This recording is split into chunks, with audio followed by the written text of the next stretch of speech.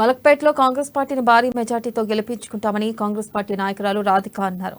2 రోజుల క్రితం బీఆర్ఎస్ పార్టీకి రాజీనామా చేసి రేవంత్ రెడ్డి సమక్షంలో కాంగ్రెస్ పార్టీలో చేరారు. ఇక కాంగ్రెస్ పార్టీ సిద్ధాంతాలు నచ్చి ఆ పార్టీలోకి చేరినట్లు రాధిక తెలిపారు.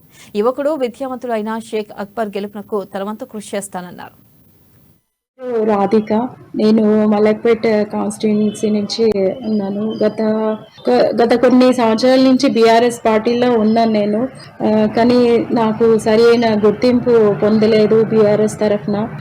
సో నేను చాలా డిసప్పాయింట్గా ఉన్నా. ఐడెంటిటీ లేదు, నాకు ఇందులో గుర్తింపు లేదు. సో నాకు కాంగ్రెస్ వాళ్ళు ఆహ్వానం ఇచ్చారు, ఆహ్వానించింది.